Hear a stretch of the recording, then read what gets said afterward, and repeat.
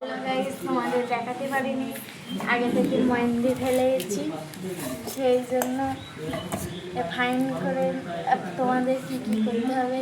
মেহেন্দিতে দিয়ে দিতে হবে ময়দা, পরিমাণ মতো ময়দা, নুন, চিনি, তেল, রিফাইন সাদা তেল দিয়ে দিতে হবে, দিয়ে পরিমাণ মতো জল দিয়ে মাখিয়ে নিতে হবে। এরকম মাখিয়ে নিতে হবে।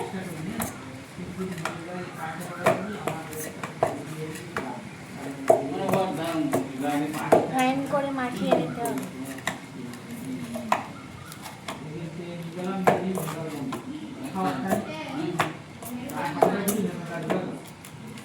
এবার প্রায় প্রায় মাখানো হয়ে গেছে, নরম নরম হয়ে থাকে।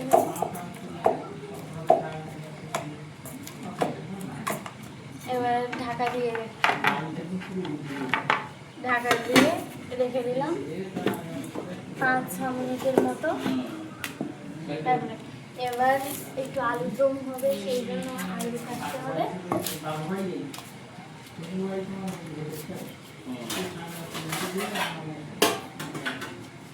আলু কাটার জন্য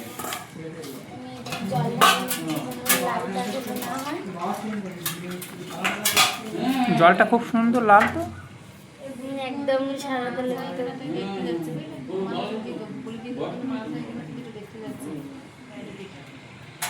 এখন মাছ ধরতে যাচ্ছে। এবার আলুর মতো আলুটা কেটে দিতে হবে।